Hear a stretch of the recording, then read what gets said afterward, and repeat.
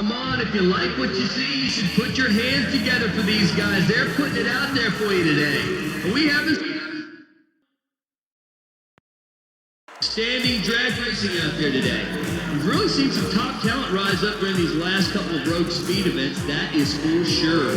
And I'm pretty sure Carol Monroe is starting to get interested in a couple of these drivers.